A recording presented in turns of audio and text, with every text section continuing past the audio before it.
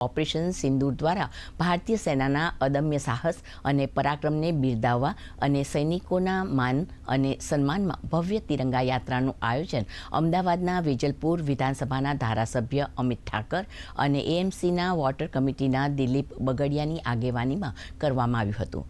Prahlad Nagar AMC ground પાસેથી પ્રારંભ કરી શહેરના વિવિધ વિસ્તારોમાં ફરી આ યાત્રા ઇન્કમટેક્સ ભવન ખાતે પૂર્ણ થઈ હતી. આ યાત્રામાં મોટી સંખ્યામાં વેજલપુર વિધાનસભાના નગરજનો મોટી સંખ્યામાં જોડાયા હતા. એક મોટી તિરંગા યાત્રાનું આયોજન થયું છે. સેના આ જ પ્રકારે આપણી સુરક્ષા કરતી રહે, એમનું મનોબળ ઉન્નત રહે.